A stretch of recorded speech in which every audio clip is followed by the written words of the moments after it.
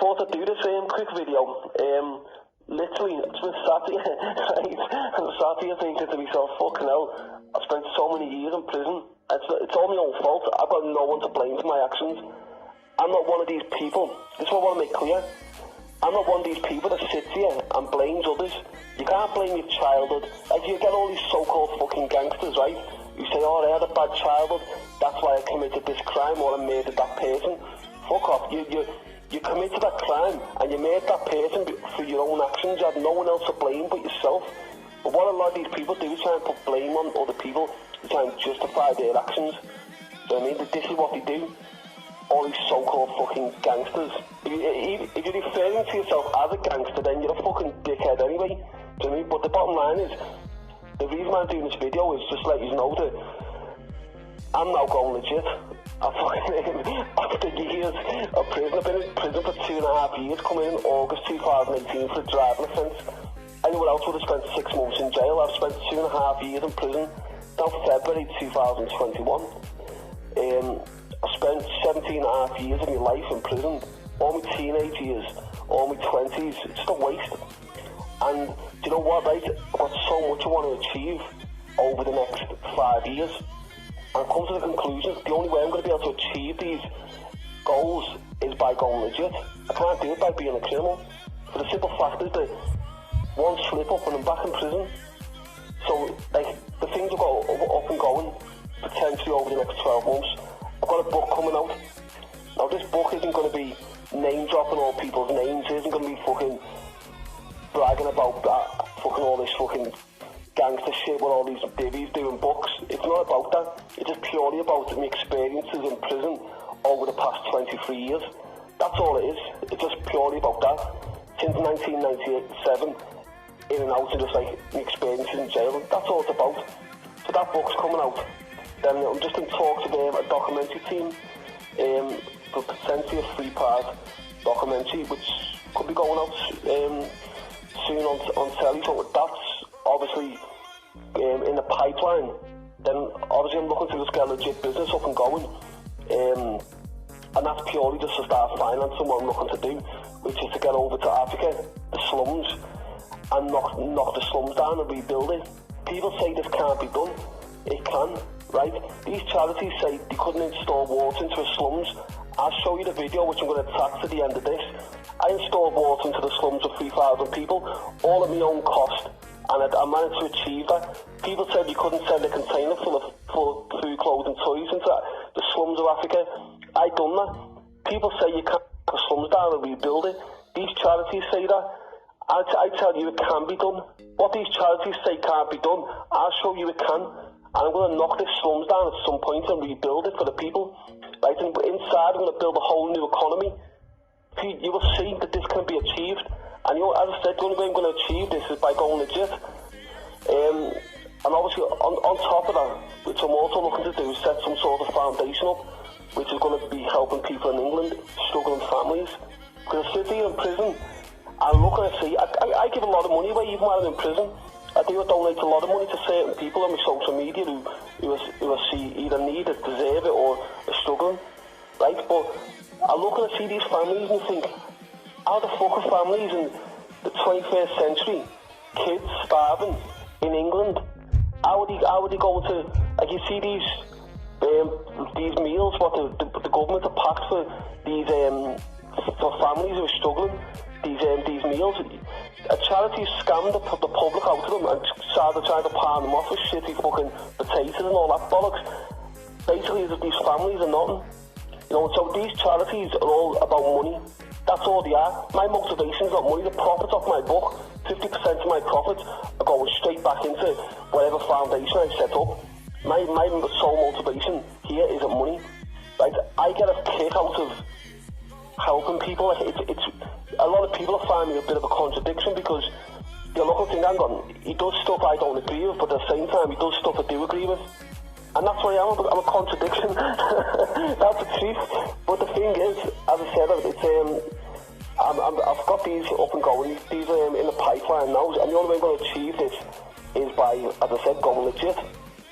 And then, obviously, on top of that, I'm looking to, as soon as my licence is up, I'm looking to get to some heavy countries like Iraq, Syria, Afghanistan, places like that, the places where you're not meant to go, right? And the simple reason why I'm going is just to show the hidden side to life, right? All these people want to go to Dubai, Marbella, and sit in the sun all day. I don't get nothing out of that. I feel sorry for my girlfriend because I don't get nothing out of sitting in the sun in like Dubai and Marbella. I get more satisfaction out of going to third world countries where I can show the struggle of life, the real struggle, what people actually go through. Do you know what I mean? The people with no voice. There's people in Iraq, Afghanistan, Syria, innocent members of the public who have literally got no voice. I want to give these people a voice, and not just these people. I'm talking about in England as well. You've got families struggling who've got no voice, and this is everything what I'm looking to do. And you'll see when I get out, what I say I do, and that's a fact. If I say I'm going to do something, I'll do it. And these are the things I've got lined up. But as I said, I'm going to go legit when I get out. I've done this video just so I can be taken at my word. No more criminal behaviour. I was looking to go legit, get some sort of legit business up and going. And and that's it. So stay tuned. I'm going to attach the video from when I was in Africa to the end of this, from when I installed water for 3,000 people into the village in Sierra Leone. But yeah, stay tuned, and you'll see what's to come over the next 12 months. I'm home in 3 weeks, so yeah, see you soon. Here's the video. Say hello. Hello. Hello. Hello. Hello. Hello. Hello.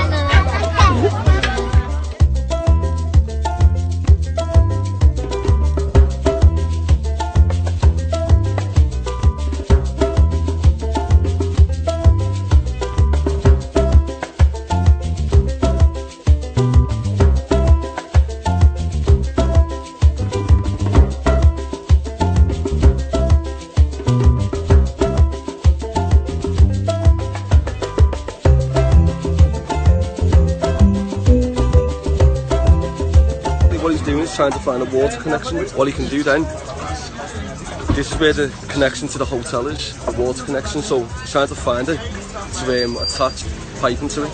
So at least then what he do is attach the piping to the water connection what's at the hotel, and then just take a half a mile along to a fresh water pipe.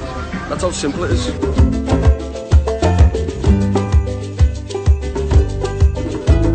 They're digging this foundation now so you can put the pipe in there, put the soil back over it, you just have a water pipe right way through then.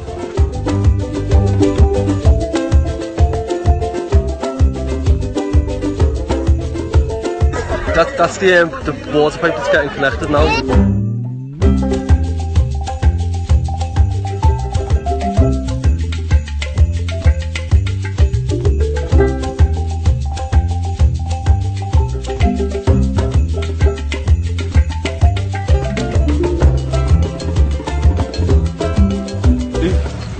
This is clean, fresh water.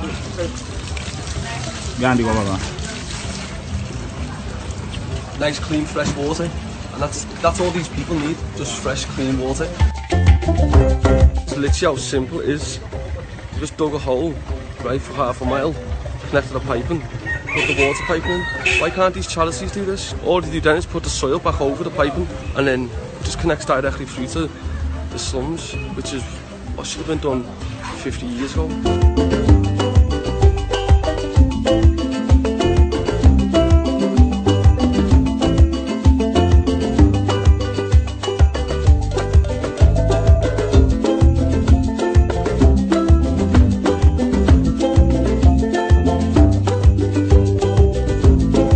Now these charities have been given millions, if not billions of pounds, and haven't bothered doing this. These big CEOs giving themselves hundreds of £1,000s worth of salaries, and you just think, where's the justice? There's no justice for these people who rightly deserve this.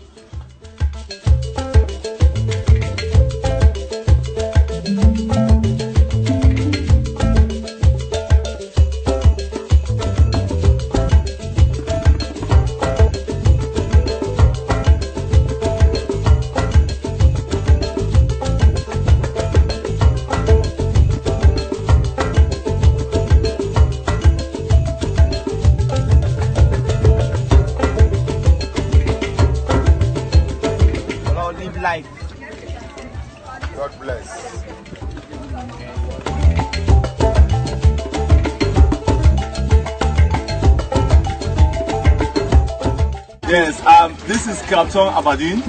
We are very happy to have pipe-borne water. Thanks to Samoka, who has the humanitarian feeling for this community. And this is Freetown, Sierra Leone. We are in West Africa.